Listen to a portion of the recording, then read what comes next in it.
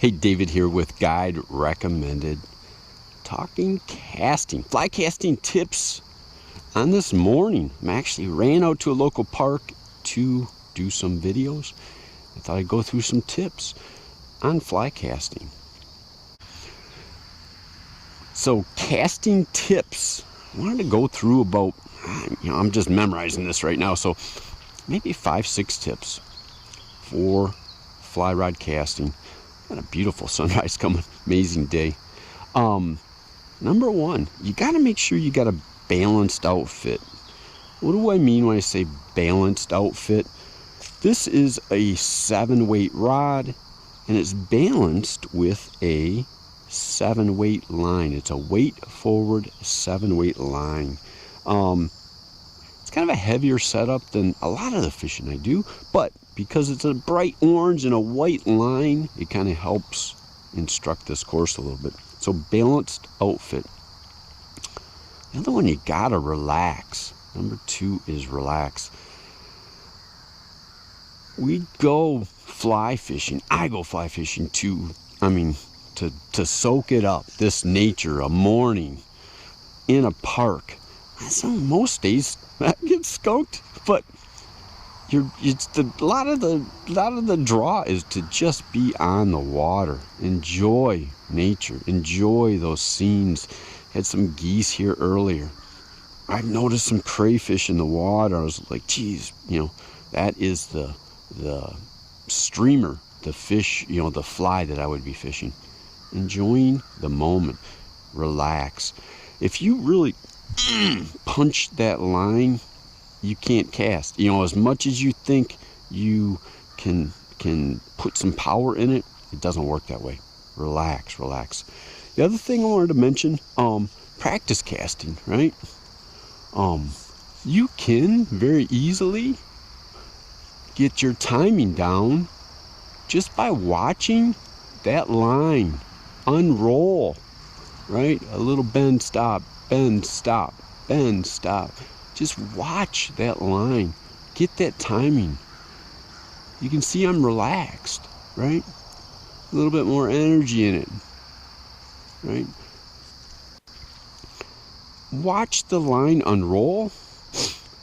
Get your timing down. You need to feel, particularly when you're casting a longer distance, you need to feel that line unroll.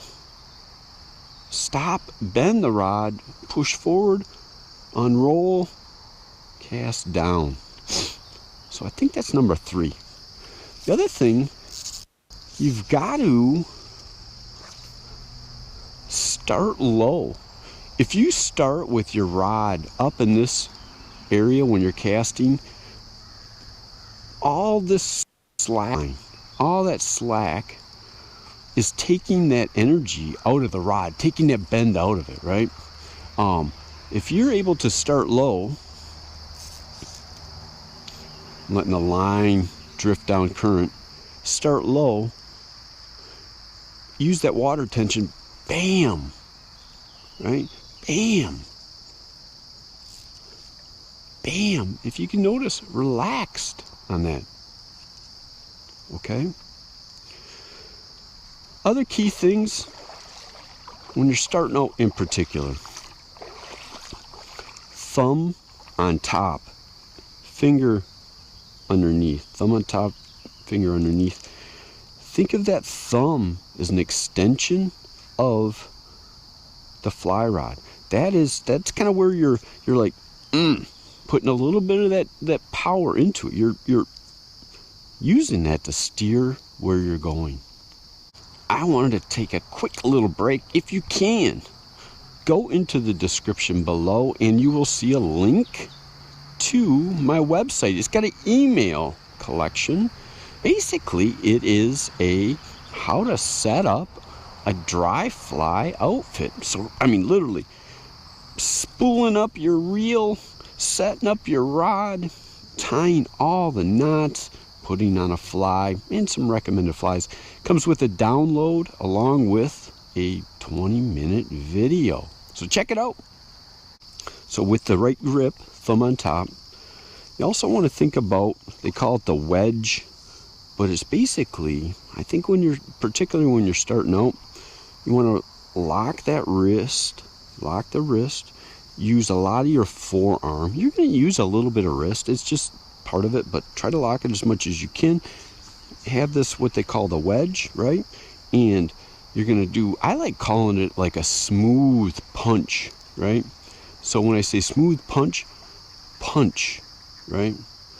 Start low, up, punch. Start low, right? Punch. All right, so locked wrist, form this V, use your forearm, and think of a smooth punch. Smooth punch. All right. Hey, before we get off of our casting tips, I wanted to talk about overpowering and the reason you need to relax. So,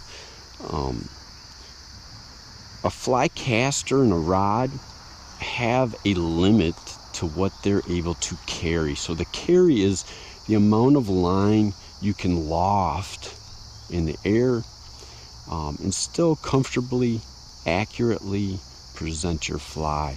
So this setup is great for about a 35 feet. It's a slow rod, a fiberglass rod.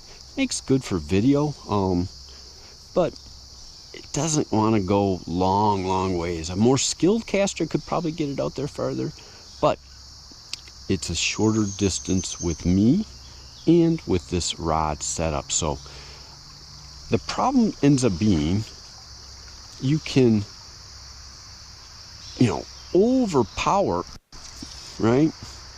And end up getting wind knots, or try to go farther than what you're capable of, right?